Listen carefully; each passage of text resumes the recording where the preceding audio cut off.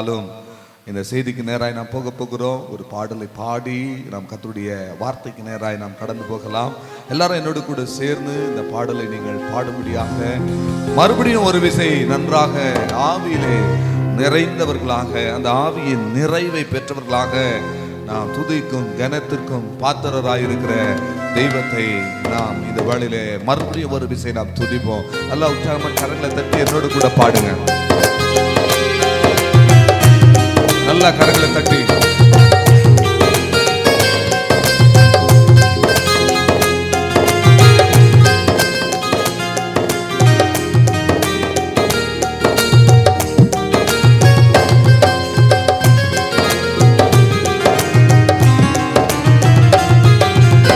துதிக்கும் கனத்திற்கும் பாத்திரரே, தூயவரே எந்தன் துணையாளரே, துதிக்கும் மகிமைக்கும் பாத்திரரே, மகிமையே எந்தன் மணவாளரே, துதிக்கும் கனத்திற்கும் பாத்திரரே, தூயவரே எந்தன் துணையாளரே, துதிக்கும் மகிமைக்கும் பாத்திரரே, மகிமையே எந்தன் மணவாளரே. ஆராதனை ஆராதனை ஆராதனை உமக்கே ஐயா, ஆராதனை ஆராதனை ஆராதனை உமக்கே ஐயா.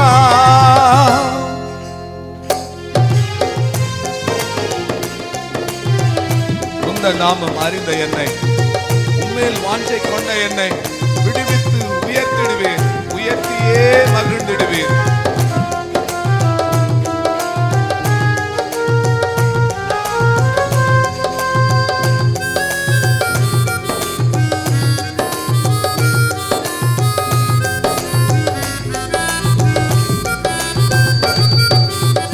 உந்த நாமம் அறிந்த என்னை, உம்மேல் வாஞ்சை கொண்ட என்னை விடுவித்து உயர்த்திடுவீர், உயர்த்தியே மகிழ்ந்திடுவீர்.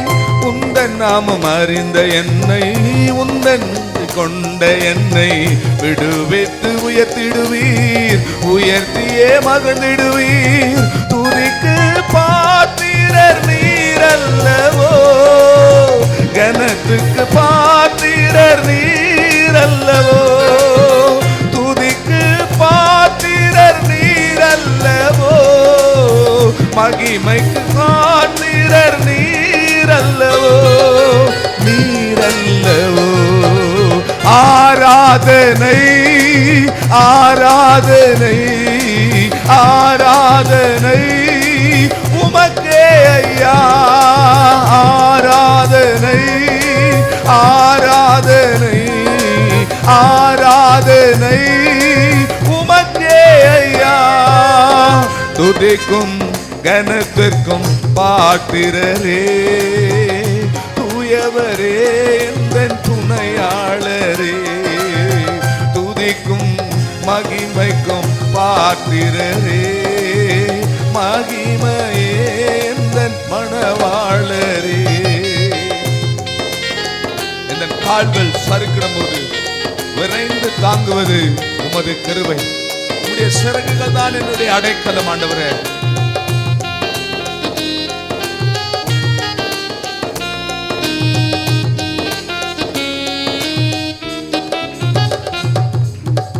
எந்த கால்கள் சறுக்கிடும் போது விரைந்து தாங்கும் கிருபை உமது சிறகுகளே என் அடைக்கலம் ஐயா. எந்த கால்கள் சறுக்கிடும் போது விரைந்து தாங்கும் கிருபை உமது செட்டைகளே எனக்கு அடைக்கலம் ஐயா. மறைவிடமே எந்தன் தாவரமே, அடைக்கலமே நீரே ஆதாரமே, மறைவிடமே எந்தன் தாவரமே, அடைக்கலமே எந்தன் ஆதாரமே, ஆதாரமே. ஆராதனை ஆராதனை ஆராதனை உமக்கே ஐயா, ஆராதனை ஆராதனை ஆராதனை உமக்கே ஐயா. எல்லாரும் சேர்ந்து ஆராதனை ஆராதனை ஆராதனை உமக்கே ஐயா, ஆராதனை ஆராதனை ஆராதனை உமக்கே ஐயா. ஓ ஆராத எல்லா வாய்களும் திறந்து ஆண்டவரே உம்மை ஆராதிக்கிறோம், ஆண்டவரே உம்மை ஆராதிக்கிறோம், ஆண்டவரே ஆராதனைக்குரியவரே ஆராதனைக்குரியவரே. உமக்கே ஆராதனை, உமக்கே கனம், உமக்கே துதி, உமக்கே புகழ், உமக்கே எல்லா மகிமையும் ஆட்சிமை நாங்கள் செலுத்துகிறோம். எல்லாரும் சொல்லுவோம் ஆராதனை ஆராதனை ஆராதனை உமக்கே ஐயா, ஆராதனை ஆராதனை ஆராதனை உமக்கே ஐயா. கரங்களை தட்டி தேவனை ஆராதிப்போம். ஹல்லேலூயா. கர்த்தருடைய பரிசுத்த நாமத்துக்கு மகிமை உண்டாவதாக. இந்த நாளின் தியானத்திற்கு என்று ஏசாயாவின் தீர்க்கதரிசன புஸ்தகம் 50ஆம் அதிகாரத்தினுடைய 10வது வசனத்துக்கு நேராக நாம் சிந்தைகளை திருப்புவோம். ஏசாயா 50ஆம் அதிகாரம் 10வது வசனம். இன்றைக்கு சீக்கிரமாக இந்த ஆராதனை ஒரு 8:30 அதை நிறைவு செய்வோம். கர்த்தருக்கு ஸ்தோத்திரம். அதன் பிறகு உங்கள் ஒவ்வொருவருக்காக நாங்கள் ஜெபிக்க இருக்கிறோம். நாம் ஜெபித்து தேவனுடைய சமூகத்திலே ஆசீர்வாதங்களை பெற்று விடுதலை பெற்று சமாதானத்தோடு நாம் கடந்து போவோம். ஏசாயா 50ஆம் அதிகாரத்தினுடைய 10வது வசனத்தை நன்றாய் கவனியுங்கள். யாராகிலும் ஒருவர் வாசி. உங்களில் எவன் கர்த்தருக்கு பயந்து, உங்களில் எவன் கர்த்தருக்கு பயந்து அவருடைய தாசனின் சொல்லை கேட்டு, அவருடைய தாசனின் சொல்லை கேட்டு தனக்கு வெளிச்சம் இல்லாததினால், தனக்கு வெளிச்சம் இல்லாததினால் இருட்டிலே நடக்கிறானோ, இருட்டிலே நடக்கிறானோ, அவன் கர்த்தருடைய நாமத்தை நம்பி, அவன் கர்த்தருடைய நாமத்தை நம்பி தன் தேவனை சார்ந்து கொள்ள கடவன், தன் தேவனை சார்ந்து கொள்ள கடவன். அல்லேலூயா. இந்த வசனத்தை வாசிக்கும் பொழுது நான் மிகவும் என்னுடைய ஆவியிலே நான் சந்தோஷப்பட்டு களி கூர்ந்தேன். உங்களில் எவன் கர்த்தருக்கு பயந்து தனக்கு வெளிச்சம் இல்லாததினாலே இருட்டிலே நடக்கிறானோ, கர்த்தருக்கு பயந்து அவருடைய தாசனின் சொல்லை கேட்டு வெளிச்சம் இல்லாததினால இருட்டிலே அவன் நடக்கிறானோ, எவன் நடக்கிறானோ அவன் கர்த்தருக்கு பயந்து அவரையே என்ன செய்வானாம், சார்ந்து கொள்வான். இவன் யார்? ஏன் இருளிலே நடக்கிறான்? அவன் என்ன செய்ய வேண்டும் என்பதைத்தான் நாம் இன்றைக்கு இந்த வசனத்தின் மூலமாக தியானிக்க போகிறோம். நாம் நன்றாய் அறிந்திருக்கிறோம், தேவன் ஒளியாயிருக்கிறார். உலகத்திலே எந்த மனுஷனையும் பிரகாசிக்க பண்ணுகிற மெய்யான ஜீவ ஒளி அவர். அல்லேலூயா. அவரிடத்திலே வந்தவன் இருளிலே நடவாமல் ஒளியிலே இருக்கிறான் என்று நாம் வேதத்திலே வாசிக்கிறோம். அப்படி இருந்தும் இந்த வசனத்தை கொஞ்சம் பாருங்கள், வித்தியாசமான கோணத்திலே கர்த்தரை நம்பி இருக்கிறான், கர்த்தரை சார்ந்து கொண்டு கர்த்தருக்கு பயந்து இருக்கிறான், கர்த்தருடைய தாசனுடைய சொல்லை கேட்டு அவன் ஜீவித்துக் கொண்டிருக்கிறான். ஆனாலும் அவனுடைய வாழ்க்கையில வெளிச்சம் இல்லாமல் இருளிலே நடந்து கொண்டிருக்கிறான். அல்லேலூயா. நம்முடைய வாழ்க்கையிலும் கூட நாம ஆண்டவருக்கு பயந்து இருக்கிறோம், கர்த்தரை நம்பி இருக்கிறோம், கர்த்தரை சார்ந்து கொண்டிருக்கிறோம். நம்முடைய வாழ்வின் பல பகுதிகளிலே இருளான சூழ்நிலைகளினூடாக நாம் என்ன செய்கிறோம், கடந்து போகிறோம். இவன் யார்? இவன் எதற்காக இருளிலே நடக்கிறான்? இவன் என்ன செய்ய வேண்டும் என்று தியானிப்பதற்கு முன்பதாக இருட்டிலே நடக்கிற இன்னும் ஒரு 4 விதமான கூட்டத்தாரை வேதத்திலிருந்து, வேத வசனத்திலிருந்து உங்களுக்கு நான் காண்பிக்கிற பிரியமானவர்களே, நான் காண்பிக்க விரும்புகிறேன். ஏசாயாவின் தீர்க்கதரிசன புஸ்தகம் 9ஆம் அதிகாரத்தினுடைய 2வது வசனத்தை நீங்கள் பார்ப்பீர்கள் என்று சொன்னால், அந்த இடத்துல இருளில் இருக்கிற ஜனங்கள் பெரிய வெளிச்சத்தை கண்டார்கள். இருளில் இருக்கிற ஜனங்கள் பெரிய வெளிச்சத்தை கண்டார்கள். இங்கே ஒரு கூட்ட ஜனம் இருளிலே நடந்து கொண்டிருக்கிறார்கள். அல்லேலூயா. உங்களுக்கு நன்றாய் தெரியும், இருள் என்பது ஒரு அந்தகாரமாக இருக்கிறது. வேதம் சொல்லுகிறது, இருள் பூமியையும் காரிருள் ஜனங்களையும் மூடும். இருள் பூமியை மூடும் என்று சொல்லுவது உபத்திரவ காலத்தையும், காரிருள் ஜனங்களை மூடும் என்று சொல்லுவது மகா உபத்திரவத்தின் நாட்களையும் அது காண்பிக்கிறது. ஆகவே இருள் என்று சொல்லும் பொழுது பிரியமானவர்களே, அதுல நமக்கு ஒரு சந்தோஷம் இல்லை. இருள் என்று சொன்னாலே அது சாத்தானுக்கு அடையாளமாக நாம் பார்க்கிறோம். இருள் என்று சொல்லும் பொழுது அது பாவத்தினுடைய அடையாளமாக நாம் பார்க்கிறோம். இருள் என்று சொல்லும் பொழுது வியாதியை அதற்கு அடையாளமாக பார்க்கிறோம். பாவம் என்பது ஒரு இருள், சாபம் என்பது ஒரு இருள், அறியாமை என்பது ஒரு இருள். இன்றைக்கு உலகத்திலே தேவனை அறியாத ஜனங்கள் எல்லாரும் இருளிலே இருக்கிறார்கள் என்று வேதம் சொல்லுகிறது. இயேசு கிறிஸ்துவை அறியாதவர்கள் யாவருமே இருளிலே நடக்கிறவர்கள் தான் என்று வேதம் சொல்லுகிறது. ஏனென்றால் இந்த சுவிசேஷத்தின் ஒளி, இந்த சுவிசேஷத்தின் வெளிச்சம் அவர்களுடைய கண்களுக்கு பிரகாசமாய் இராதபடி இப்பிரபஞ்சத்தின் தேவனானவன் அவர்களுடைய மன கண்களை என்ன செய்தானாம்? குருடாக்கி வைத்தானாம் என்று வேதத்திலே நாம் பார்க்கிறோம். ஆகவே எனக்கு அருமையானவர்களே, இயேசு கிறிஸ்துவை இரட்சகர் என்றும் தெய்வம் என்றும் அறியாதவர்கள், இயேசு கிறிஸ்துவுக்கு தன்னுடைய வாழ்க்கையை அர்ப்பணிக்காதவர்கள், அவர்கள் யாவருமே இருளிலே நடக்கிற ஜனங்கள் தான். இந்த இடத்துல பார்க்கிறோம் பிரியமானவர்களே, இருளில் ஜனங்கள் பெரிய வெளிச்சத்தை கண்டார்கள். இருளிலே இருக்கிற ஜனங்கள் மிக பெரிய வெளிச்சத்தை கண்டார்கள். இதை குறித்து இந்த தீர்க்க தரிசன வசனம் எங்கே நிறைவேறுகிறது? மத்தேயு எழுதின சுவிசேஷம் 4ஆம் அதிகாரத்தினுடைய 15வது வசனத்தை பார்க்கும் பொழுது அங்கே இந்த ஏசாயா சொன்ன தீர்க்க தரிசனத்தினுடைய நிறைவேறுதலை நான் பார்க்க முடியும். வாசியுங்கள். இருளில் இருக்கும் ஜனங்கள், இருளில் இருக்கும் ஜனங்கள் பெரிய வெளிச்சத்தை கண்டார்கள், பெரிய வெளிச்சத்தை கண்டார்கள். மரண இருளின் திசையில் இருக்கிறவர்களுக்கு, இருளின் திசையில் இருக்கிறவர்களுக்கு வெளிச்சம் உதித்தது என்று. கரங்களை உயர்த்தி ஒரு அல்லேலூயா சொல்லுங்கள். அல்லேலூயா. மரண இருளின் திசைகளில் இருக்கிற ஜனங்களுக்கு வெளிச்சம் உதித்தது என்று ஏசாயா தீர்க்கதரிசியினால் சொல்லப்பட்ட தீர்க்க தரிசனத்தின் நிறைவேறுதலாக அது காணப்படுகிறது. கர்த்தருக்கு ஸ்தோத்திரம். பிரியமானவர்களே, இருள் என்பது நான் திரும்பவும் சொல்லுகிறேன், பாரம் ஒரு இருள். கர்த்தருக்கு ஸ்தோத்திரம். தேவனை பற்றி அறிவு இல்லாதவர்கள், இயேசு கிறிஸ்துவை இன்னும் சந்திக்காதவர்கள், இந்த உலகத்திலே யாரா இருந்தாலும் பெரிய ஞானியாக இருக்கலாம், பெரிய ஐஸ்வர்யவான்களாக இருக்கலாம், பெரிய விஞ்ஞானியாக இருக்கலாம், எல்லாவற்றையும் ஆராய்ச்சி செய்கிற சகல ஞானம் பொருந்தினவர்களாக காணப்படலாம், தனவந்தர்களாக இருக்கலாம், கனவான்களாக இருக்கலாம். யாரா இருந்தாலும் இந்த உலகத்திலே பிறந்தவர்கள் இயேசு கிறிஸ்துவை சொந்த இரட்சகராக அவர்களை காணவில்லை என்று சொன்னால் இன்னும் இருளிலே வாழ்ந்து கொண்டிருக்கிறவர்கள் தான் என்று இந்த பரிசுத்த வேதாகமம் சொல்லுகிறது.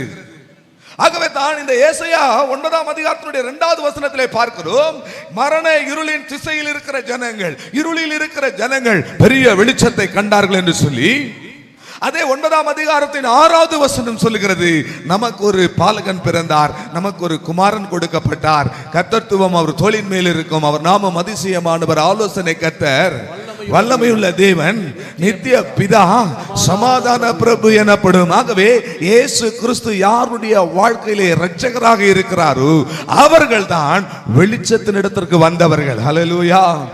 ஆகவே முதலாவது இருளில் இருக்கிற ஜனங்கள் என்று சொல்லும் பொழுது அவர்கள் இயேசுவை அறியாதவர்கள். யாரா இருந்தாலும், எவ்வளவு உலகத்தை ஆண்ட ராஜாவா இருந்தாலும், இந்த உலகத்திற்கே அவர் ராஜாவா இருந்தாலும் இயேசு இல்லை என்று சொன்னால் அவருடைய வாழ்க்கை இருளிலே இருக்கிறது. அவர் இருளிலே நடந்து கொண்டிருக்கிறார். ஆமென். உங்கள் வாழ்க்கையில் இயேசு இருக்கிறாரா? இயேசுவை நீங்கள் அறிந்திருக்கிறீர்களா? இயேசுவை நீங்கள் ருசி பார்த்திருக்கிறீர்களா? அப்படியானால் பிரியமானவர்களே, நீங்கள் வெளிச்சத்தின் பிள்ளைகளாய் இருக்கிறீர்கள். வேதம் சொல்லுகிறது, முன்பு அந்தகாரத்தில் இருந்தீர்கள், இப்பொழுது வெளிச்சத்தின் இடத்திலே அழைக்கப்பட்டிருக்கிறீர்கள். ஆகவே வெளிச்சத்தின் பிள்ளைகளாய் நடந்து கொள்ளுங்கள். ஹல்லேலூயா. கர்த்தருக்கு ஸ்தோத்திரம். வெளிச்சம்னு சொல்லும் பொழுதே பிரியமானவர்களே, அது ஒரு பெரிய ஆசீர்வாதம். தேவன் தன்னுடைய வாயை திறந்து பேசின முதல் வார்த்தையே என்ன தெரியுங்களா? வெளிச்சம் உண்டாக கடவது. அல்லேலூயா. வெளிச்சம் உண்டாவதாக என்று தேவன் சொன்னார். நம்முடைய வேதம் நமக்கு அதைத்தான் தேவன் பேசின முதல் வார்த்தையாக நாம் பார்க்கிறோம்.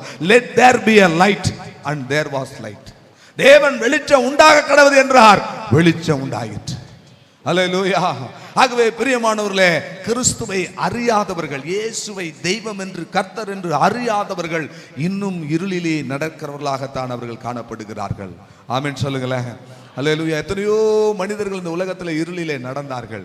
ஆனால் இயேசு அவர்களை சந்தித்த போது, இயேசு அவர்களை தொட்ட போது, இயேசுவை அவர்கள் ஆவிக்குரிய கண்கள் தரிசித்த பொழுது வெளிச்சத்திற்கு வந்தார்கள். இங்கே என்று பேசிக் கொண்டிருக்கிற என்னுடைய தகப்பனாரை குறித்து உங்களுக்கு அநேகருக்கு தெரியும் பிரியமானவர்களே.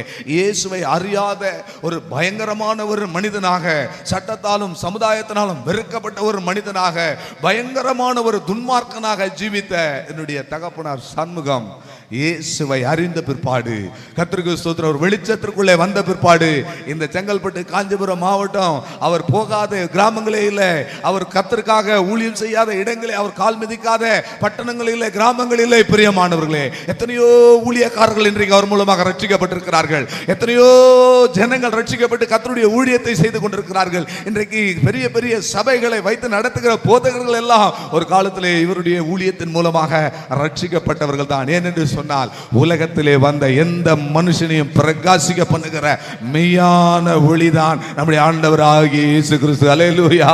கர்த்தருக்கு ஸ்தோத்திரம். ஆகவே பிரியமானவர்களே, இயேசுவை அறியாதவர்கள் வெளிச்சம் இல்லாமல் இருட்டிலே நடந்து கொண்டிருக்கிறார்கள். அந்த ஞானி,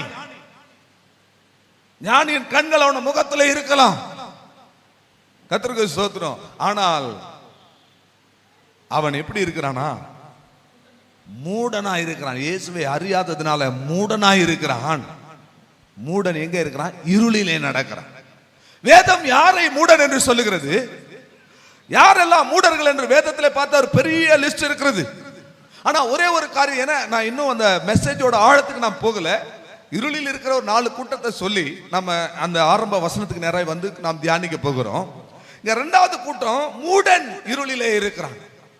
கர்த்தருக்கு ஸ்தோத்திரம். யார் மூடன் என்றால், நீதிமொழிகள் புஸ்தகத்தை நீங்கள் வாசிச்சு பாருங்க, அங்க ஃபுல்லா மூடனை குறித்து சொல்லப்பட்டிருக்கிறது. இங்கே மத்தேயு 7ஆம் அதிகாரத்திலே ஆண்டவர் ஒரு மூடனை குறித்து சொல்லுகிறார். என்ன சொல்றார்னா, கர்த்தருடைய வார்த்தையை கேட்டு தன்னுடைய வீட்டை கன்மலையின் மேல் கட்டாமல் தன்னுடைய வீட்டை மணலின் மேல் கட்டினவன் புத்தி இல்லாத மனுஷன். யாருக்கு புத்தி இல்லையோ அவன் தான் மூடன். யாருக்கு அறிவில்லையோ அவன் தான் மூடன். யார் மூடனா இருக்கான், யார் அறிவில்லாம இருக்கிறான்னா, கர்த்தருடைய வார்த்தையின்படி தன்னுடைய வாழ்க்கையை அமைத்துக் கொள்ளாதவன் மூடனா இருக்கிறான். அல்லேலூயா. கர்த்தருடைய சொல்லை கேட்டு, நான் சொல்லிய என் வார்த்தைகளை கேட்டு கன்மலையின் மேலுடைய தன்னுடைய வீட்டை கட்டினவன் புத்தியுள்ள மனுஷனுக்கு ஒப்பிடுவேன் என்று ஆண்டவர் சொல்லுகிறார். நீங்கள் உங்கள் வாழ்க்கையை எதன் மேலே கட்டி இருக்கிறீர்கள்? உங்கள் அஸ்திபாரம் எதன் மேலே இருக்கிறது?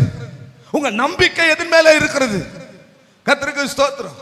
கர்த்தர் சொல்லிய வார்த்தையை கேட்டு அதன்படி நடக்கிறவன் ஞானம் உள்ளவன், அவன் தான் புத்திமான், அவன் தான் கன்மலையின் மேல் வீட்டை கட்டுகிறவன். கர்த்தருக்கு ஸ்தோத்திரம்.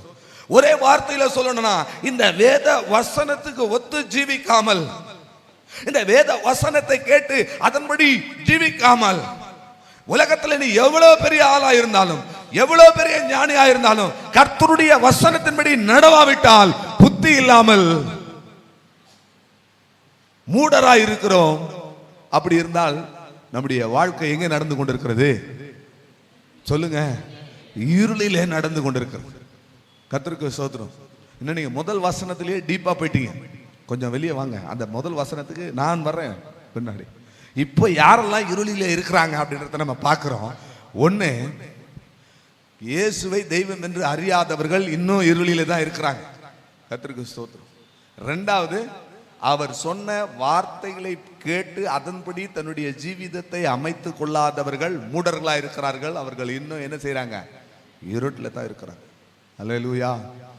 அல்லேலூயா சொல்லுங்களேன். அல்லேலூயா. தெய்வ நாமத்திற்கு மகிமை உண்டாவதா.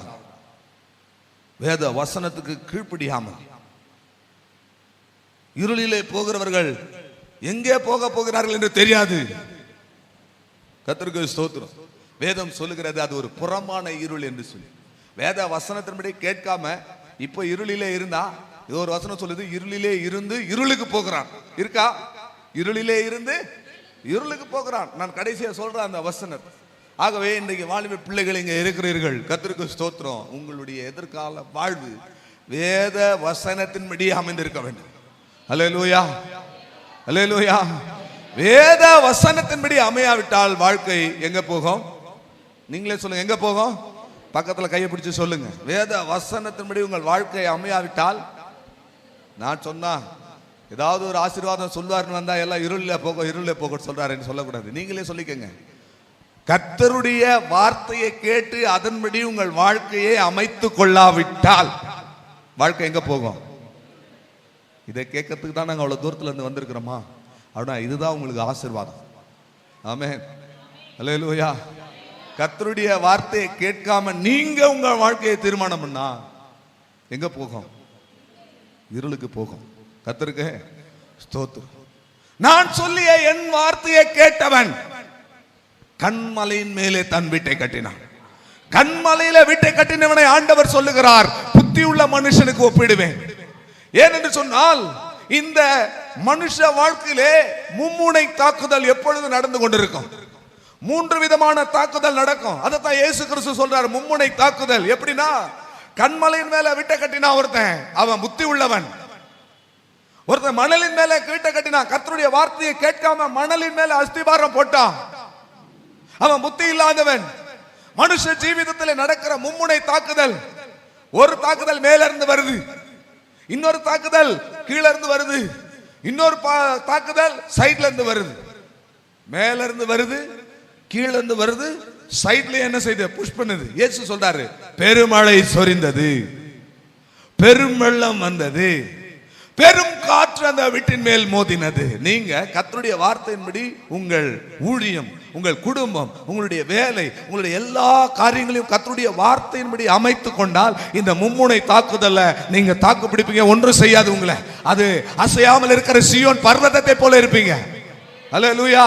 நீங்கள் புத்தி இல்லாம உங்க சுய ஞானத்தின்படி, சுய விருப்பத்தின்படி நீங்கள் உங்களுடைய வாழ்க்கையை நீங்கள் அஸ்திபாரமாய் நீங்க மணலின் மேலே போட்டால் இந்த மும்முனை தாக்குதல்ல நீங்க என்ன செய்ய முடியாது? கர்த்தருக்கு ஸ்தோத்திரம், நிலைச்சு நிற்க முடியாது. ஆகவே முதலாவது, கிறிஸ்துவை அறியாதவன், கிறிஸ்து இயேசுவை சொந்த இரட்சகராக ஏற்றுக்கொள்ளாதவன் இருளிலே இருக்கிறான். இரண்டாவது, மூடன் இருளிலே இருக்கிறான். மூடன் என்றால் கர்த்தருடைய வார்த்தையை தன்னுடைய வாழ்க்கையில கேட்டு நடக்காதவன் இருளிலே இருந்து இருளுக்குள்ளே போய்விடுகிறான். பிரியமானவர்களே, மூன்றாவதாக யோவான் எழுதின சுவிசேஷம் 2ஆம் அதிகாரத்தினுடைய 11வது வசனத்தை பார்த்தால் அங்கே இருட்டிலே இருக்கிற இன்னொரு கூட்டத்தாரை நாம் பார்க்கலாம். யோவான் எழுதின சுவிசேஷம் 2ஆம் அதிகாரத்தினுடைய 11வது வசனம். இவ்விதமாக இயேசு இந்த முதலாம் அற்புதத்தை, யோவான் எழுதின முதலாம் நிருபம் 2ஆம் அதிகாரம் 11வது வசனம், தன் சகோதரனை பகைக்கிறவன் இருளிலே இருந்து இருளிலே நடந்து போகிறான். அல்லேலூயா, அல்லேலூயா. கர்த்தருக்கு யோவான் சுவிசேஷத்தை சொல்றீங்க. இவ்விதமா இயேசு கானாவூரிலே தன்னுடைய அற்புதத்தை செய்து, முதலாவது அற்புதத்தை செய்து தம்முடைய மகிமையை வெளிப்படுத்தினார். நான் சொல்லுவது நிருபம். கர்த்தருக்கு ஸ்தோத்திரம். அந்த நிருபத்தினுடைய 2ஆம் அதிகாரம் 11வது வசனம், தன் சகோதரனை பகைக்கிறவன் இருளிலே இருந்து இருளிலே நடந்து போகிறான். கர்த்தருக்கு ஸ்தோத்திரம். அவன் கண்களை குருடாக்கின, இருடானது அவன் கண்களை குருடாக்கினபடினாலே அவன் போகும் இடம் என்னதென்று அறியாது, அவன் போகிற இடம் என்னதென்று அறியவில்லை. இங்கே சகோதரனை பகைக்கிறவன். அப்படியானால் ஒரு பகைமை உணர்வு நம்முடைய இருதயத்தில் இருக்குமானால், பகை என்கிற கசப்பான வேர் நம்முடைய இருதயத்தில் இருக்குமானால், நம்முடைய வாழ்க்கையில ஏதோ ஒரு பகுதியிலே பகை என்ற ஒரு காரியம் இருக்குமானால், கர்த்தருக்கு ஸ்தோத்திரம். ஒன்று, சகோதரர் என்று சொல்லும் பொழுது நம்மோடு கூட பிறந்த சகோதரர்கள் தான். இரண்டாவது, சபைக்கு வரும் பொழுது சபையில் இருக்கிறவர்கள் எல்லாருமே சகோதர சிநேகமுடையவர்களாக, சகோதர சகோதரி என்கிற சிநேகமுடையவர்களாக நாம் காணப்பட வேண்டும். ஆமென் சொல்ல மாட்டீங்களா? பகை இருந்தா நாம எங்க இருக்கிறோம்? இருள்ல இருக்கிறோம். யாருக்காவது இங்க பகை இருக்கிறதா? பகை என்பது நம்ம ஏதோ லேசா நினைச்சிடுறோங்க. அநேகருக்குள்ள ஒரு பகை இருக்கிறது. அவனை நான் பார்க்க மாட்டேன், அவனோட நான் பேச மாட்டேன். நான் பல முறை சொல்லியிருக்கிறேன். அநேகர் சொல்றாங்க நான் செத்தா கூட அவனுடைய முகத்தை என்ன செய்ய மாட்டேன், பார்க்க மாட்டேன். சிலர் சொல்றாங்க நான் செத்தா நீ என் வீட்டு வாசல்ல வந்து நிக்காத. இப்படி அந்த பகை, ஊழியக்காரர்களுக்குள்ளே பகை, விசுவாசிகளுக்குள்ளே பகை, தேவனுடைய ஜனங்களுக்குள்ளே ஏதோ ஒரு பகை உணர்வு. இந்த பகை உணர்வு இருந்தால் வேதம் சொல்லுகிறது அவன் இருளிலே நடக்கிறான் என்று சொல்லி. அவன் இருளிலே நடந்து அவன் எங்கே போகிறான் என்பது அவனுக்கு என்ன செய்யலையா, தெரியவில்லை, அவன் அறியவில்லை. அல்லேலூயா. இருள்ல இருந்து எங்கே போறான்னா என்ன அர்த்தம்? அவன் ஒரு பார்வையற்ற ஒரு மனிதனாகத்தான் இருக்கிறான். ஆண்டவர் சொல்றாரு என் தாசனை அல்லாமல் குருடன் யார், என்னுடைய ஊழியக்காரனை அல்லாமல் அந்தகன் யார். ஆகவே பிரியமானவர்களே, நமக்குள்ள ஏதாவது ஒரு பகை அப்படி சொன்னா அந்த பகையானது மாம்சத்தின் கிரியைகள்ல ஒன்றாய் இருக்கிறது. கலாத்தியர் 5ஆம் அதிகாரத்தில் நாம் வாசிக்கிறோமே, மாம்சத்தின் கிரியைகள் வெளியரங்கமாய் இருக்கிறது. அந்த மாம்சத்தின் கிரியைகள்ல இருக்கிற ஒன்று இந்த பகைகள். இந்த பகைகள் இருந்தால் நாம என்ன செய்ய முடியாதா? இப்படிப்பட்டவைகளை செய்கிறவர்கள் சொல்லுங்க தேவனுடைய ராஜ்யத்தில் என்ன செய்வதில்லையா, பிரவேசிப்பதில்லையா. அல்லேலூயா. மருமகள்களே, மாமியாரிடத்திலே உங்களுக்கு ஒரு பகை இருக்கிறதா? மாமியார்களே, மருமகளிடத்திலே பகை இருக்கிறதா? சகோதரனே, சகோதரியே, உங்களுக்குள்ளே ஒரு பகை உணர்வு இருக்கிறதா? பகையோடு கூட ஜீவிக்கிறவன் இருளிலே இருக்கிறானா? 9வது வசனத்தை நீங்கள் பாருங்கள். அதே அதிகாரத்தினுடைய 9வது வசனம், ஒளியில் இருக்கிறேன் என்று சொல்லியும் தன் சகோதரனை பகைக்கிறவன் இதுவரைக்கும் இருளிலே இருக்கிறான். நான் ஒளியில் இருக்கிறேன் அப்படின்னா என்ன? ஒளியாகிய கிறிஸ்துவோடு இருக்கிறேன், நான் சத்தியத்துக்கு கீழ்ப்படுகிறேன், நான் பரிசுத்தமானா இருக்கிறேன், நான் பெரிய நல்ல ஒரு விசுவாசி, நான் ஒரு ஆராதனை வீரன் என்றெல்லாம் சொல்லி தன் சகோதரனை பகைத்தால் அவன் எங்க இருக்கிறானா? இதுவரைக்கும் அவன் இருளிலே அவன் காணப்படுகிறான். பிரியமானவர்களே, 10வது வசனத்தை வாசியுங்கள். தன் சகோதரனிடத்தில் அன்பு கூறுகிறவன் ஒளியிலே நிலை கொண்டிருக்கிறானா? அவனிடத்திலே இடரல் ஒன்றும் இல்லை. ஆகவே பகை உணர்வு இல்லாத தேவனுடைய பிள்ளையே, நீ ஒளியிலே இருக்கிறாய். உன்னுடைய வாழ்க்கையில ஒரு நாள் ஒரு இடரலும் உனக்கு உண்டாவது இல்லை. ஆகவே 3வது ஒரு கூட்டம், இருளிலே இருக்கிற கூட்டம் யார் என்று சொன்னால் பகை உணர்வு உள்ள ஒரு கூட்டம். கர்த்தருக்கு ஸ்தோத்திரம். ஆதாமின் பிள்ளைகளிடத்திலே பகை இருந்தது. காயினுக்குள்ள இந்த பொல்லாத ஆவி கிரியை செய்தது. இன்றைக்கு தேசத்திற்கு தேசம் யுத்தங்கள் எதனால் நடக்கிறது? பகையினாலே. குடும்பத்திலே பிரச்சனை எதனால் வருகிறது? பகையினாலே. வேதம் சொல்லுகிறது பகையாகிய நடுச்சுவரை இயேசு சிலுவையிலே கொன்றார் என்று வேதத்திலே நாம் பார்க்கிறோம். அல்லேலூயா. கர்த்தருக்கு ஸ்தோத்திரம். பிரியமானவர்களே, 4வது ஒரு கூட்டம், இதை சொல்லி நம் மெய் சத்தியத்துக்கு நேராய் நாம் கடந்து போவோம். இருளிலே இருக்கிற ஒரு கூட்டம். 1ஆம் யோவான் 1ஆம் அதிகாரம் 6வது வசனம். நாம் அவரோடு ஐக்கியப்பட்டவர்கள் என்று சொல்லியும், நாம் அவரோடு ஐக்கியப்பட்டவர்கள் என்று சொல்லியும், அப்படி வாசிங்க. நாம் அவரோடு ஐக்கியப்பட்டவர்கள் என்று சொல்லியும் இருளிலே நடக்கிறவர்களாயிருந்தால்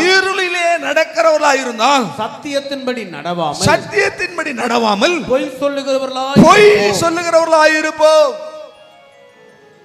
அல்லேலூயா. இதுக்கு என்ன சொல்லலாம்? இது ஒரு 4வது கூட்டம்.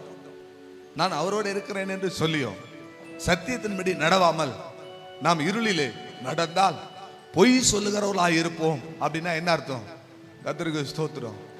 மாய்மாலமாய் ஜீவிக்கிற ஒரு அனுபவத்தை அது காண்பிக்கிறது. ஆமென். மாய்மாலமான ஒரு ஜீவிதம்.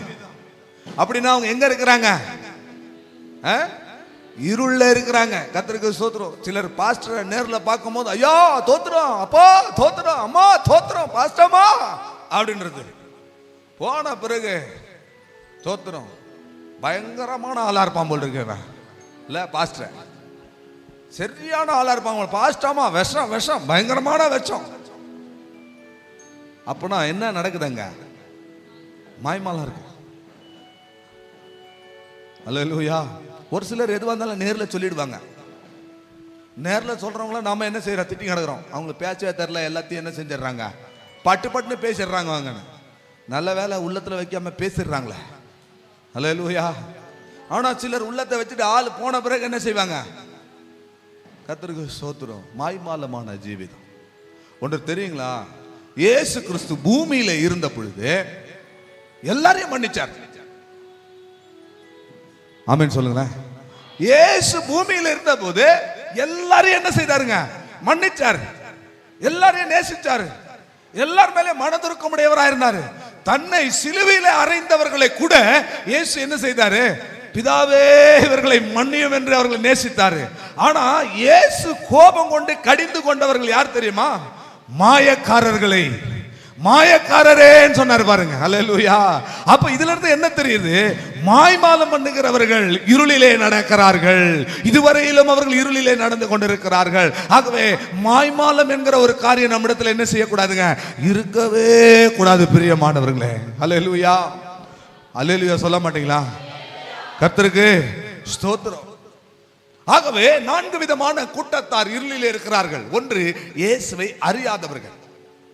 இரண்டாவது, மூடர்கள், புத்தியினர்கள். எங்க இருக்கிறாங்க? இருளிலே நடக்கிறாங்க. மூன்றாவது, பகை உணர்வு உள்ளவர்கள். சகோதரனை பகைக்கிற பகை உணர்வு உள்ளவர்கள் எங்க இருக்கிறாங்க? இருளிலே இருக்கிறார்கள். நான்காவது, மாய்மாலம் பண்ணுகிறவர்கள், மாய்மாலமாய் ஜீவிக்கிறவர்கள். பரிசுத்தவான் போல பரிசுத்தவாட்டி போல வெளியே காண்பித்து உள்ள பயங்கரமான காரியங்களை வைத்திருக்கிறவர்கள், மாய்மாலம் பண்ணுகிறவர்கள். கர்த்தருக்கு ஸ்தோத்திரம். அப்படிப்பட்டவர்கள் இருளிலே நடக்கிறார்கள். பிரியமானவர்களே, நாம செய்திக்கு நேராக கடந்து வருவோம். இன்றைக்கு இந்த 4 கூட்டத்துல நாம இல்ல, நாம தெய்வத்தை அறிந்திருக்கிறோம் அப்படின்னு சொல்றவங்க ஒரு பெரிய அல்லேலூயா சொல்லுங்களேன்.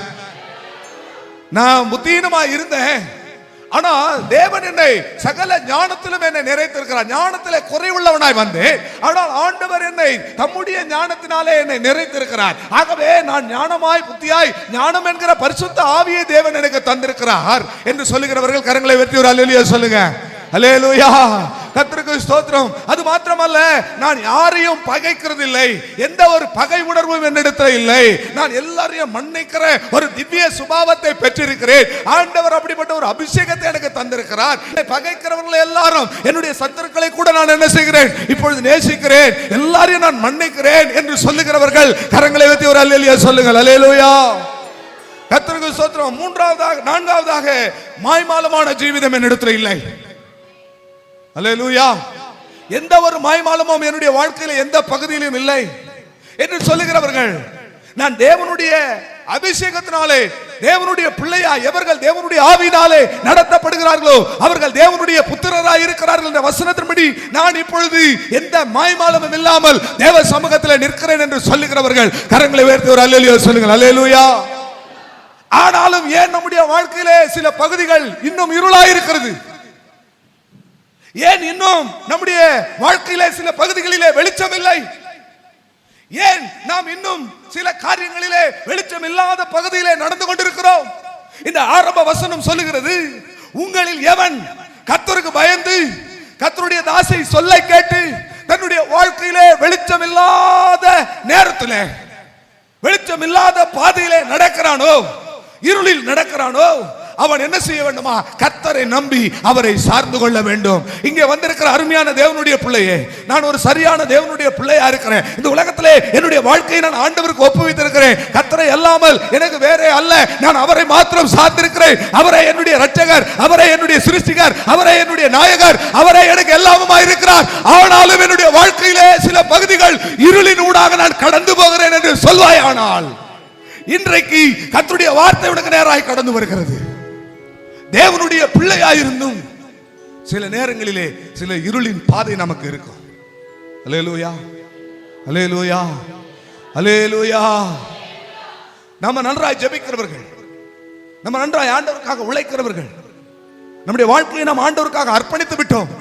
ஆனாலும் நம்முடைய வாழ்க்கையிலே சில பகுதிகளிலே இருளாய் இருக்கிறது, வெளிச்சம் இல்லை என்று சொன்னால், வேதத்திலே பரிசுத்தவான்கள் அநேகர் இந்த பாதையின் ஊடாக கடந்து போனார்கள். அவர்கள் தேவனால் அழைக்கப்பட்டவர்கள், தேவனால் தெரிந்து கொள்ளப்பட்டவர்கள், கர்த்தருடைய ஊழியத்திற்காக தங்கள் வாழ்க்கையே அர்ப்பணித்தவர்கள். ஆனாலும் அவர்கள் இருளின் ஊடாக நடந்து போனார்கள். அந்த வசனம் தான் இந்த வசனம். கர்த்தருக்கு சொல்ற, உங்களில் எவன், அந்த வசனத்தை திரும்ப வாசிங்க. ஏசாயா 50 அதிகாரம் 10வது வசனம்.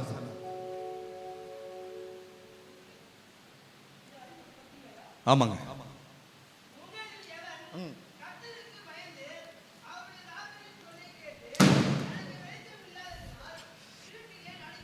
உங்களில் எவன் கர்த்தருக்கு பயந்து அவருடைய தாசனுடைய சொல்லை கேட்டு இருளிலே நடக்கிறானோ, தனக்கு வெளிச்சம் இல்லாததுனால இருளிலே நடக்கிறானோ, அவன் கர்த்தரை நம்பி,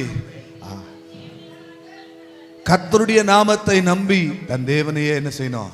அருமையான சகோதரி, இன்றைக்கு உங்களை பார்த்து நான் ஒரு தீர்க்க தரிசனமான ஒரு வார்த்தை சொல்றேன். ஐஸ்வர்யா அம்மாவுக்கு சொல்லணும்னு எனக்கு ஆண்டவர் உணர்த்துறாரு. இன்றைக்கு உங்கள் வாழ்க்கையில நீங்க கண்ணீரோட இங்க வந்திருக்கிறீங்க. உங்களை பார்த்தாலே தெரியுது உங்களுக்குள்ள இருக்கிற கண்ணீர் இன்னும் கொஞ்ச நேரத்துல வெளியே வரப்போகுது. கர்த்தருக்கு ஸ்தோத்திரம். இன்னும் கொஞ்ச நேரத்துல கண்ட்ரோல் பண்ண முடியாம நீங்க அழுதுருவீங்க. உங்களை பத்தி பேசினா ஆண்டவர் எனக்கு அதை உணர்த்துறாரு. இன்னைக்கு கர்த்தருடைய வார்த்தை உங்களுக்கு தான் வருது. நீங்க கர்த்தரை சார்ந்து கொள்ளுங்க. இன்னைக்கு ஒரு வெளிச்சம் இல்லாத பாதையில நீங்க போயிட்டு இருக்கீங்க. அல்லேலூயா, அல்லேலூயா. கர்த்தருடைய ஊழியக்காரர்களா இருக்கிற எங்களுடைய வார்த்தையை கேளுங்க. கர்த்தரை நம்புங்க. உங்களுக்கு வெளிச்சம் இல்லாத இந்த பாதையில கர்த்தரை சார்ந்து கொள்ளுங்க. அல்லேலூயா. வேதத்துல இன்றைக்கு அவர்கள் மாத்திரமல்ல, இன்றைக்கு அநேகர் இங்க இருக்கிறீங்க. அநேகருக்கு வெளிச்சம் இல்லை, எதிர்காலத்தை குறித்த நம்பிக்கை இல்லை. இனி என்ன செய்ய போகிறோம், இனி என்ன நடக்க போகிறது, இனி எப்படி ஆக போறது, என்னுடைய சபை என்ன ஆக போறது, என்னுடைய ஊழியம் என்ன ஆக போறது, என்னுடைய குடும்பம் என்ன ஆக போறது, என்னுடைய பிள்ளைகள் எப்படி ஆவார்கள். வெளிச்சம் இல்லை. ஒரு தேவனுடைய பிள்ளை வெளிச்சம் இல்லாமல் இருளிலே நடந்து கொண்டிருக்கிறாயா? எந்த விதமான இருள் உன்னை ஆளுகை செய்து கொண்டிருக்கிறது? ஆனால் இந்த வெளிச்சம் இல்லாத பகுதியிலே இந்த நாட்களிலே நீ கர்த்தருடைய நாமத்தை நம்பி அவரை சார்ந்து கொள்ள வேண்டும். அல்லேலூயா. வேதத்திலே பிரியமானவர்களே, ஒரு மனிதனை குறித்து நாம் பார்க்கிறோம். ஒரு பரிசுத்தவான், ஒரு தீர்க்கதரிசி. கர்த்தர் அவனை அழைத்தார். கர்த்தருக்கு ஸ்தோத்திரம். அவரை அழைத்தவர் எப்படி அழைத்தார் தெரியுங்களா? நாம் அந்த வசனத்தை வாசிப்போம். புலம்பல் 3ஆம் அதிகாரத்தினுடைய முதல் 2 வசனத்தை வாசிப்போம். புலம்பல் 3ஆம் அதிகாரம் முதல் 2 வசனம். ஆண்டவருடைய சினத்தின் மிலாற்றினால் உண்டான, ஆண்டவருடைய சினத்தின் மிலாற்றினால் உண்டான சிறுமையை கண்ட புருஷன், சிறுமையை கண்ட புருஷன் நான். அவர் என்னை வெளிச்சத்திலே அல்ல, அவர் என்னை வெளிச்சத்திலே அல்ல, இருளிலே அழைத்து நடத்தி வந்தார். இருளிலே அழைத்து நடத்தி வந்தார். ஒரு அல்லேலூயா சொல்லுங்களேன். இன்னைக்கு இந்த மெசேஜ் கொஞ்சம் டீப்பா தான் போகும். உணர்ச்சி பொங்க என்னால பிரசங்கிக்க முடியும். அது ஓசை இடுகிற வெண்கலம் போல, சத்தம் எடுக்கிற ஓசை எடுக்கிற கைத்தாடம் போல, சத்தம் எடுக்கிற வெண்கலத்தை போல இல்லை. பிரியமானவர்களே, ஆவிக்குரிய ஆழத்துக்கு நீங்கள் இன்றைக்கு கடந்து போங்க. ஒரு சிலர் இங்க வந்திருக்கிறீங்க, அநேகர் வரல. ஒரு சிலர் நீங்க வந்திருக்கிறீங்க.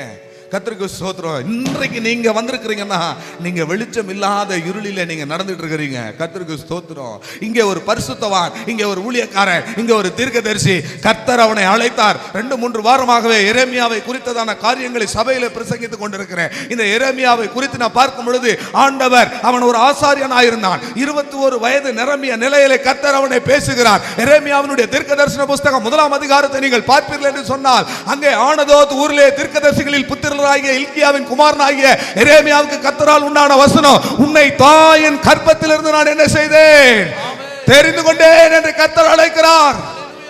உன்னை ஜாதிகளுக்கு நான் தீர்க்கதரிசியாய் மாற்றப் போகிறேன் என்று கர்த்தர் சொல்லுகிறார்.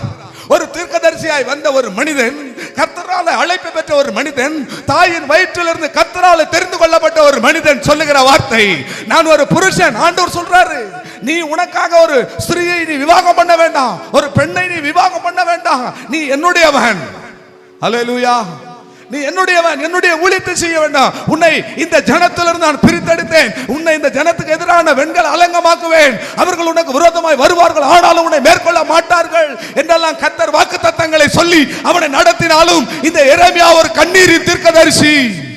இந்த எரேமியாவுடைய வாழ்க்கையிலே கண்ணீர் கண்ணீர் கண்ணீர், தனிமை தனிமை தனிமை, சிறைச்சாலை சிறைச்சாலை சிறைச்சாலை சிறைச்சாலையிலே அவன் இருக்கும் பொழுது கர்த்தர் பேசுகிறார், என்னை நோக்கி கூப்பிடு என்று சொல்லி. இதெல்லாம் கடந்த வாரத்தில் நாம் பார்த்தோம். வேதனையான அனுபவங்கள்.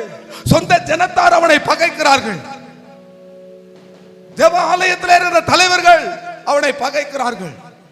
ஜெப ஆலயம் என்ற அன்றைக்கு இருந்த ஆசரிப்பு கூடாரம் தேவாலயத்தில் இருந்த மத தலைவர்கள் அவனை பகைத்தார்கள். எல்லாரும் புறக்கணித்தார்கள். நண்பர்கள் புறக்கணித்தார்கள். சொல்றான், அவனுடைய வாழ்க்கையிலே அவன் நொந்து நொந்து நொந்து பல காரியங்களை அவன் சொல்றான். நான் பிறந்த நாள் சபிக்கப்படுவதாக அப்படின்றான். அல்லேலூயா. என்னவா அவன் பிறந்த நாள், நம்ம எல்லாம் பிறந்த நாள் கொண்டாடுறோம். ஹாப்பி பர்த்டே டு யூ, ஹாப்பியா கொண்டாடுறோம், கேக் வெட்டி கொண்டாடுறோம். ஆனா ஒரு பரிசுத்தவான், கர்த்தரால் அழைக்கப்பட்டவன், அவன் சொல்றான், நான் பிறந்த நாள் சபிக்கப்படுவதாக. உனக்கு ஒரு ஆண் பிள்ளை பிறந்தது என்று என் தகப்பனுக்கு நற்செய்தியாக அறிவிக்க சென்ற அந்த மனிதன் சபிக்கப்படுவதாக. ஏன் தாய் என்னை பெற்றாள்? நான் ஏன் பிறந்தேன்? என் தாய் என்னை பிரசவியாதபடி, நான் என்றைக்கும் பிரசவியாத சூலுமாய் இருக்கும்படி கர்த்தர் என் தாய் என்னை என் கற்பத்திலே என்னை கொலை செய்யாமல் போனது என்ன? நான் ஏன் இந்த உலகத்துல பிறந்தேன்? நான் ஏன் ஒரு மனுஷனா நான் வந்தேன் அப்படின்னு சொல்ற அந்த மனுஷன், அவன் சொல்றா பாருங்க, கர்த்தருக்கு ஸ்தோத்திரம், நான் அவருடைய வெளிச்சத்திலே அல்ல, அவர் என்னை இருளிலே நடத்தினார். இன்றைக்கு எரேமியாவை போல புலம்பலோடு நீ வந்திருக்கிறாயா? புலம்பலே உன்னுடைய வாழ்க்கையா மாறி இருக்கிறதா? கண்ணீரே உன்னுடைய வாழ்க்கையா மாறி இருக்கிறதா? வேதனையே உன்னுடைய வாழ்க்கையாய் மாறி இருக்கிறதா? தனிமையே உன்னுடைய வாழ்க்கையாய் மாறி இருக்கிறதா? உன்னை விசாரிக்க கூட ஆள் இல்லாத சூழ்நிலையில நீ காணப்படுகிறாயா? அப்படிப்பட்ட ஒரு இருளிலே நீ நடந்து கொண்டிருக்கிறாயா? உன்னுடைய புருஷன் உன்னை விசாரிக்கவில்லையா? உன்னுடைய மனைவி உன்னை ஆதரிக்கவில்லையா? உன்னுடைய பிள்ளைகள் உன்னை ஆதரிக்கவில்லையா? எல்லாரும் உன்னை கைவிட்டார்களா?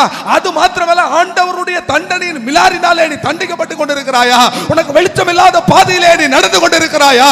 வேதம் சொல்லுகிறது, ஆண்டவர் வெளிச்சம் இல்லாத அந்த பாதையிலே நடந்த எரேமியாவை பார்த்து சொன்னார், நான் உனக்கு மகா பலனுமாக இருக்கிறேன், உன்னோடு இருந்து நான் பெரிய காரியங்களை செய்வேன். கர்த்தருக்கு ஸ்தோத்திரம். கர்த்தரோ அவனோடு பயங்கரமான பராக்கிரமசாலியாக இருந்தார். இன்றைக்கு வெளிச்சம் இல்லை என்று நீ நடந்து கொண்டிருக்கிறாய்.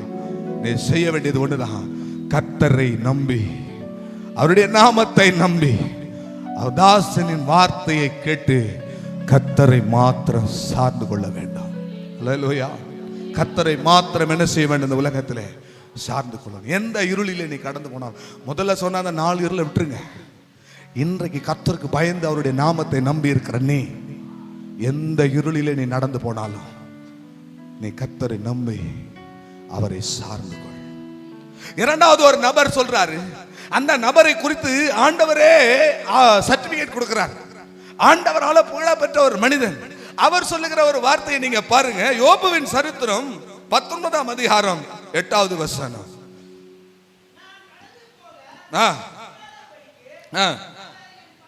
கொஞ்சம் எனக்கு ஒரு சென்டென்ஸா வாசிங்க. நான் கடந்து போக கூடாதபடிக்கு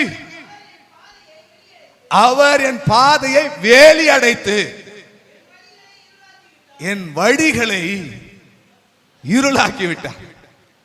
ஏற்கனவே ஒரு மனுஷன் சொல்றா, ஒரு பரிசுத்தவான், ஒரு ஊழியக்காரர் சொல்றா, என் பாதை என்னவாயிடுச்சு? இருளாயிடுச்சு. இருளிலே நடந்துட்டு இருக்கிறான், வெளிச்சம் இல்லை. கர்த்தர் சொல்றாரு, பயங்கரமான பராக்கிரமசாலியா நான் உன்னோடு இருக்கிறேன்னு சொல்றாரு. அவனை பாரு, நீங்களும் அப்படி நடக்கலாம். இங்க பாருங்க, இந்த மனுஷனும் சாதாரண ஒரு மனிதன் அல்ல. கர்த்தர் வந்து அவனுக்கு சர்டிபிகேட் பண்றார். நீ யோபுவின் சரித்திரம் 1ஆம் அதிகாரம் 1வது வசனத்தை நீங்கள் வாசித்து பார்த்தீங்கன்னா, ஊத்ஸ் என்னும் தேசத்திலே யோபு என்னும் பேர் கொண்ட மனுஷன் ஒருவன் இருந்தான். அவன் உத்தமனும் நீதிமானும், தேவனுக்கு பயந்து பொல்லாப்பை விட்டு விலகுகிறவன். அது மாத்திரமல்ல, சாத்தான் தேவனுடைய சன்னிதானத்தில் போய் நின்று ஆண்டவரிடத்துல சமூகத்தில் போய் நிற்கும் போது அவர் சொல்றாரு, நீ எங்க இருந்து வர? நான் பூமியின் கடையாந்தரங்களில் இருந்து வரேன். என் தாசனாகி யோபின் மேல் கண் வைத்தாயோ? யோபுவை போல ஒரு உத்தமன் நீதிமான், அவனை போல ஒருவன் பூமியிலேயே இல்லை அப்படின்னு சொன்னா, அந்த மனுஷன் சொல்றாரு, கர்த்தர் என் வழிகளை அடைத்து என் பாதைகளை எல்லாம் என்ன செய்தாரு?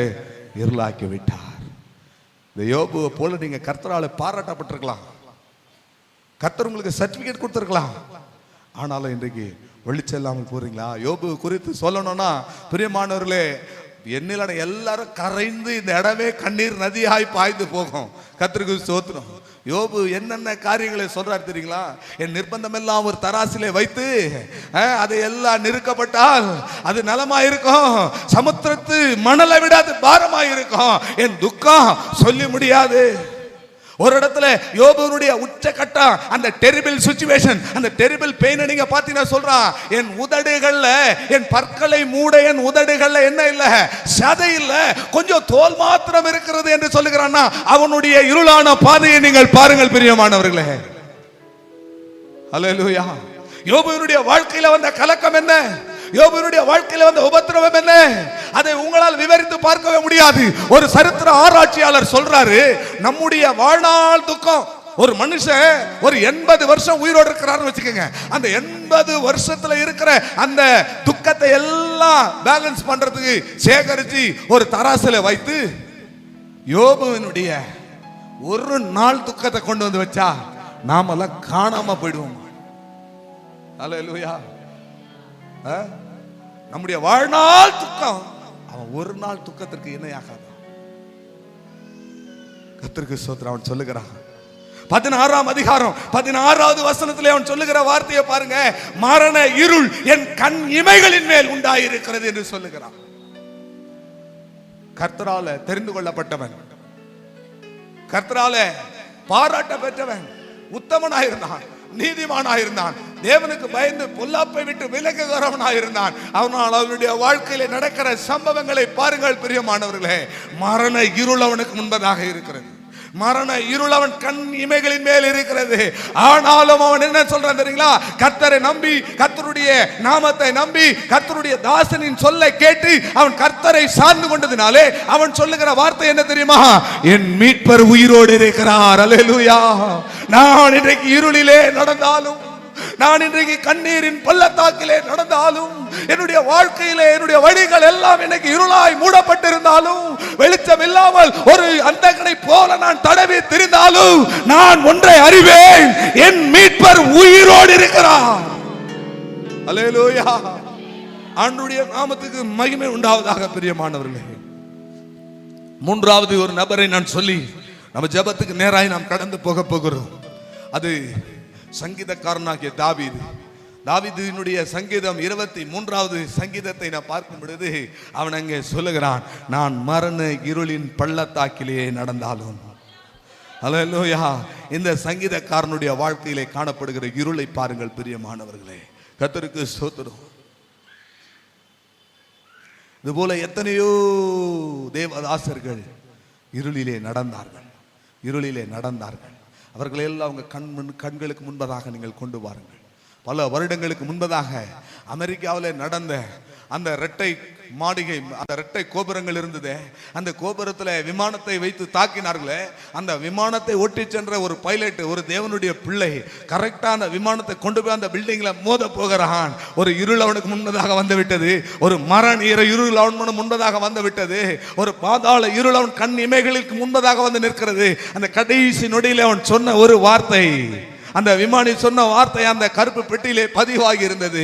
அவன் சொன்னான், நான் மரண இருளின் பள்ளத்தாக்கிலே நடந்தாலும் பொல்லாப்புக்கு பயப்படேன். எனக்கு அருமையான தேவ ஜனமே, இந்த ஆராதனைக்கு வந்திருக்கிற நீ உன்னுடைய வாழ்க்கையில எப்படிப்பட்ட இருளுக்குள்ளே இருந்தாலும் நீ கர்த்தரை நம்ப வேண்டும்.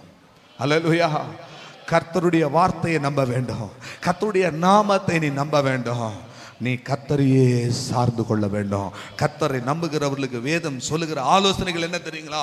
33ஆம் சங்கீதம் 21, 22 வசனங்களை நீங்கள் பார்க்கணும். நான் முடிக்கிறேன், இன்னும் 5 நிமிடத்தில் நான் முடிக்கிறேன். 33ஆம் சங்கீதம் 21, 22 வசனம் சொல்லுகிறது, நம்முடைய இருதயம் இப்பொழுது களி கூறுகிறது. வாசிங்க. அவருடைய பரிசுத்த நாமத்தை நான் நம்பி இருக்கிறபடியால் நம்முடைய இருதயம் இன்றைக்கு இருளிலே நீ இருந்தா, நீ கர்த்தருடைய வார்த்தையை நம்பி, கர்த்தருடைய நாமத்தை நம்பி நீ அவரை சார்ந்து கொள்வாயானால் உன்னுடைய இருதயம் என்ன செய்யும்? களி கூறும். எத்தனை பேர் அதை விசுவாசிக்கிறீங்க? இந்த கூட்டத்துக்கு வந்திருக்கிறவங்களுக்கு சொல்றேன், என்ன இருளுக்குள்ள நீங்கள் போனாலும் கர்த்தருடைய நாமத்தை நம்புங்க, உங்கள் இருதயம் களி கூறும். அல்லேலூயா. அல்லேலூயா. உங்கள் ஆத்துமா எங்கே போய் சேரும் பிரியமானவர்களே, அது ஒரு களி கூறுதலுக்குள்ளே கடந்து போங்க. வாசிங்க, தொடர்ந்து வாசிங்க. நாங்கள் உம்மை நம்பி இருக்கிறபடியால் உமது கிருபை எங்கள் மேல் இருக்கிறது. அல்லேலூயா.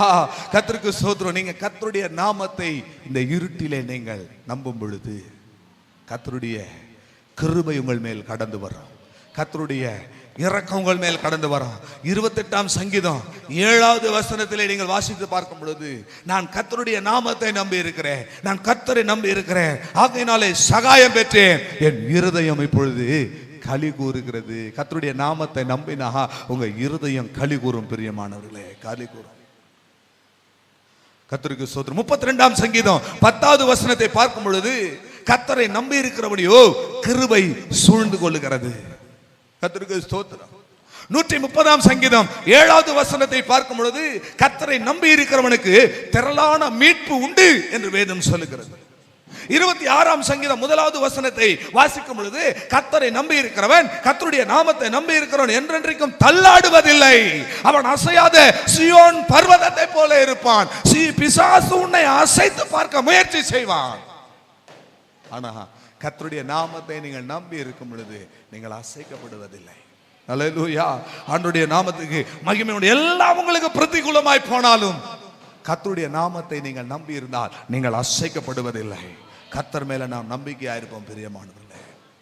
அது மாத்திரமல்ல, தானியேல் 3ஆம் அதிகாரம் 28வது வசனத்தை நீங்கள் வாசித்து பார்த்தால் அங்கே அவர்கள் தங்கள் தேவனை நம்பி தங்கள் சரீரத்தை ஒப்பு கொடுத்தார்களாம்.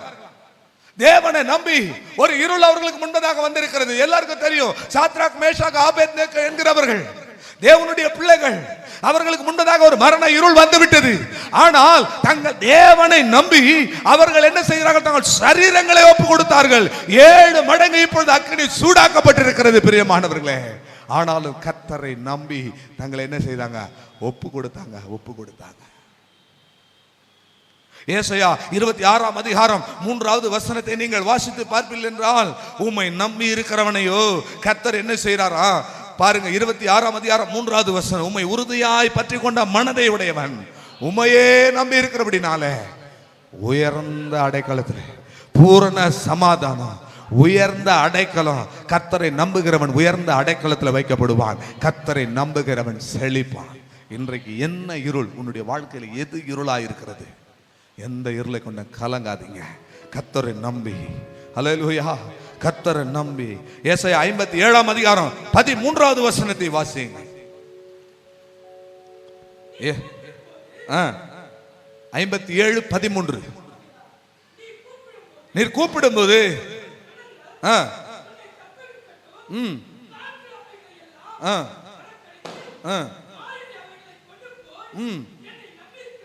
என்னை நம்பி இருக்கிறவனோ ஒன்று தேசத்தை சுதந்தரிப்பான், 2வது பரிசுத்த பர்வதத்திலே காணியாட்சிக்காரனாக இருப்பான். கரங்களை தட்டி ஆண்டவருடைய நாமத்தை மகிமைப்படுத்துங்க.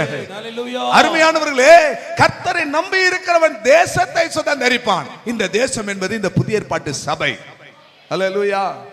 கர்த்தரை நம்பி இருக்கிறவன் அந்த பரிசுத்த பர்வதத்திலே காணியாட்சியாய் இருப்பான். அந்த பரிசுத்த பர்வதம் என்ன? அதுதான் புதிய எருசலேம், அதுதான் சீயோன். கர்த்தர் உன்னை கொண்டு போய் அங்கே நிறுத்துவார். அல்லேலூயா. இன்றைக்கு வெளிச்சம் இல்லையா உன் வாழ்க்கையில? பாதையெல்லாம் இருளா இருக்கிறதா? கர்த்தர் உன்னை வெளிச்சத்திலே அல்ல இருளிலே நீ நடத்துகிறாரா? கவலைப்படாதீங்க. கர்த்தரை நம்புங்க, அவருடைய நாமத்தை நம்புங்க. வெளிச்சம் இல்லாத இந்த பகுதியில ஒன்றும் செய்யாதீங்க. கர்த்தரை சார்ந்து கொள்ளுங்க. ஆண்டவரே, நீர் தான் எனக்கு எல்லாம், நீர் இல்லாம நான் இல்லை ஆண்டவரே. அல்லேலூயா. இந்த இருட்டிலேயே கடந்து இருட்டிலேயே நான் மாண்டு போனாலும் நான் உம்மை விட மாட்டேன். நீர் இல்லாமல் எனக்கு ஒரு வாழ்வு இல்லை, நீர் இல்லாம எனக்கு ஒரு வாழ்வு இல்லை. அல்லேலூயா. நீங்கள் அவரை சார்ந்து கொள்ளுங்கள். சார்ந்து கொள்ளுங்கள்னா எப்படி சார்ந்து கொள்ளணும்? உன்னத பாட்டு 8ஆம் அதிகாரம் 5வது வசனத்தில் நாம் பார்க்கிறோம், என் நேசர் மேல் தன் நேசர் மேல் சார்ந்து கொண்டு இந்த வனாந்தரத்திலிருந்து வருகிற வழியார். வனாந்திரம் என்கிற ஒரு இருள் உனக்கு இருக்கிறதா? வனாந்திரம் என்கிற இருளின் வழியாக நீ நடந்து போய் கொண்டிருக்கிறாயா? உனக்கு ஒரு ஆத்தும நேசர் உண்டு. அவர் மேல் சார்ந்து கொள், அவர் மேல் சார்ந்து கொள். இன்னொரு விளக்கத்தை கூட நான் சொல்லுவேன் அவர் மேல் சார்ந்து கொள்வதற்கு. யோவான், இந்த 12 சீசர்கள்லயே யோவான் அப்போஸ்தலன் மிகுந்த சின்ன பையன். கர்த்தருக்கு ஸ்தோத்திரம். சரித்திர ஆராய்ச்சியாளர் சொல்றாங்க 16 பழுது 17 வயது தான் இருக்கும் அந்த யோவானுக்கு சொல்லி இயேசுவின் மார்பிலே சாய்ந்து கொண்டிருந்தான். பிரியமானவர்களே, அவர் மேல நீங்க சார்ந்து கொள்ளுங்க. இந்த இருளிலே உங்களுக்காக கர்த்தர் வைத்திருக்கிற இந்த பாதை, இந்த இருளின் பாதை, ஏதோ ஒரு இருள் உன்னுடைய ஊழியத்தில் இருக்கிறது, ஏதோ ஒரு இருள் உன்னுடைய வாழ்க்கையில் இருக்கிறது, ஏதோ ஒரு இருள் சபையில இருக்கிறது. கர்த்தர் அந்த இருளிலே உன்னை நடத்தி கொண்டு போகிறார். அல்லேலூயா. கர்த்தர் என்ன செய்வாருங்களா? குருடனை அழைத்து வந்து அவனுக்கு முன்பதாக இருளை என்ன செய்வேன்? வெளிச்சமாக்குவேன். ஒரு வசனத்தை மாத்திரம் நான் வாசிக்கலாம். ஏசாயா 42:16. ஏசாயா 42:16 பாருங்க. குருடரை அவர் அறியாத வழியிலே அவர்களை நடத்தி, அவர்களுக்கு தெரியாத பாதையிலே அவர்களை அழைத்து கொண்டு போய் அவர்களுக்கு முன்பதாக இருளை வெளிச்சமாக்குவாரா. கர்த்தருக்கு ஸ்தோத்திரம். நல்லா வசனத்தை புரிஞ்சுக்கிங்க. இன்னைக்கு ஒரு இருள், ஒரு பார்வையற்றவனுக்கு முன்பதாக எல்லாமே என்னதான்? இருள் தான். பார்வையற்றவனுக்கு எல்லாமே இருள் தான். கர்த்தர் இன்றைக்கு ஒரு பார்வையற்றவனை போல எங்க போறதுன்னு திக்கு தெரியாம முழிச்சுக்கிட்டு இருக்கிறியா, விழிச்சுக்கிட்டு இருக்கிறியா? இந்த இருளில கர்த்தர் உன்னை அழைத்திருக்கிறார். இந்த இருளின் பாதை உனக்கு வச்சிருக்கிறார். நீ ஒரு குருடனை போல இருக்கணும். இப்போ இந்த குருடன் எப்படி அந்த கரணத்திலே தடவி திரிகிறானோ அது போல என்ன செய்யணும்? இப்போ ஆண்டவரை சார்ந்து கொண்டு இந்த வெளிச்சமில்லாத இந்த பாதையில நீங்கள் நடந்து போகணும். இந்த வெளிச்சமில்லாத இந்த பாதையில நீங்கள் நடந்து போகும்போது ஆண்டவர் உங்களை நடத்தி கொண்டு வருவார். ஒரு நாள் உங்களுடைய கண்களுக்கு முன்பதாக இந்த இருள் வெளிச்சமாய் மாறும். பிரியமானவர்களே, இதுக்கு நான் இந்த இடத்துல நான் யோசிக்கிறேன். வேதாகமத்துல ஒரு ஊழியக்காரன் இருந்தான். அவன் வயது சென்று அவன் கண் பார்வை மங்கிவிட்டது. அவன் பார்வை இல்லாதவனாய் அவன் மாறிவிட்டான். 1 ராஜாக்கள் 14ஆம் அதிகாரத்தினுடைய 4வது வசனத்துக்கு நீங்க நேராய் வந்தீங்கன்னா, எரேமியாவினுடைய மனைவி, கர்த்தருக்கு ஸ்தோத்திரம், அகியா என்கிற ஒரு தீர்க்கதரிசி பார்வையற்றவனாய் இருக்கிறான். இருள் அவனுக்கு முன்பதாக இருக்கிறது. பார்வையற்றவன் நடந்து போய் கொண்டிருக்கிறான். இவன் என்ன செய்றா? எரேமியாவினுடைய மனைவி வேஷம் மாறி, நீ எரேமியாவுடைய மனைவி என்று தெரியாதபடி நீ அந்த ஊழியக்காரனிடத்துல போய் நீ கர்த்தரிடத்துல தன்னுடைய மகனை குறித்து நீ விசேஷம் கேட்டுக்கொண்டு வா என்று சொல்லி அனுப்புகிறான். ஆனா கர்த்தருக்கு ஸ்தோத்திரம், அந்த கர்த்தருடைய தாசனுக்கு வெளிச்சம் இல்ல. அந்த கர்த்தருடைய தாசன் இருளில உட்கார்ந்து கொண்டு இருக்கிறான். அவன் பார்வையில ஒளி இல்ல. ஆனா கர்த்தர் அவன் இருளை எப்படி வெளிச்சமாக்குறார் தெரியுமா? கர்த்தருக்கு ஸ்தோத்திரம். அவ உள்ளே பிரவேசித்த உடனே, எரேமியாவினுடைய மனைவியே நீ உள்ளே வா, நீ வேஷம் மாறி வந்திருக்கிறது என்ன? நீ உன் மகனை குறித்து நீ வந்து விசேஷம் கேட்க வந்திருக்கிறாய், உன் மகன் செத்து போவான் என்று சொன்னானா. அல்லேலூயா. அந்த ஊழியக்காரனுடைய இருள் எப்படி வெளிச்சமாச்சு? கர்த்தர் முன்னாடியே சொல்லிட்டார் அவனுக்கு. அல்லேலூயா. பார்வை இல்லனா, உங்களுக்கு வெளிச்சம் இல்லனா, உங்க காது நல்லா கேட்கும். பிரியமானவர்களே, பார்வையற்றவனுடைய விசேஷம் என்ன தெரியுமா? காது நல்லா கேட்கும். இன்னைக்கு நம்ம வழி இல்லாத ஒரு இருள்ல இருந்தா பேசுகிறது யார் என்று நமக்கு நல்லாக கேட்கும், நன்றாய் கேட்கும். பிரியமானவர்களே, நமக்கு முன்பதாக நாம் இயேசுவை காணவில்லை. இயேசுவை நம்ம சொந்த கண்களால் என்ன செய்யல, காணல. ஆனா அந்த இருளை கர்த்தர் வெளிச்சமாக்கி நம்ம ஆவி மண்டலத்தில் இயேசுவை கண்டு கொண்டுதான் இருக்கிறோம். பிரியமானவர்களே, அல்லேலூயா. ஆகவே 2 காரியங்களை பார்வையற்றவர்கள் செய்வார்கள். ஒன்று, சரியாய் கவனிப்பார்கள். அப்படின்னா தரிசன பார்வை உடையவர்களாய் அவர்கள் காணப்படுவார்கள். ஆமென்.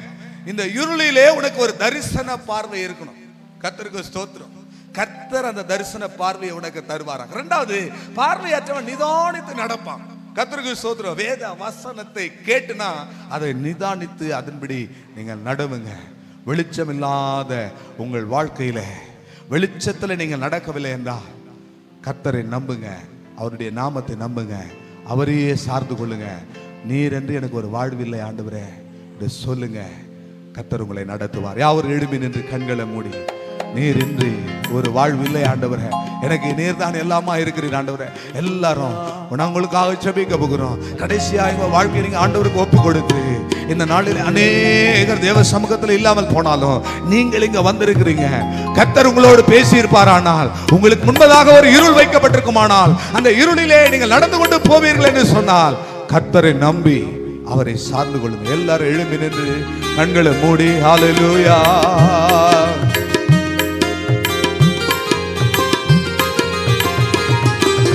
நீரின்றி வாழ்வேது இறைவா, உன் நினைவின்றி மகிழ்வேது தேவா.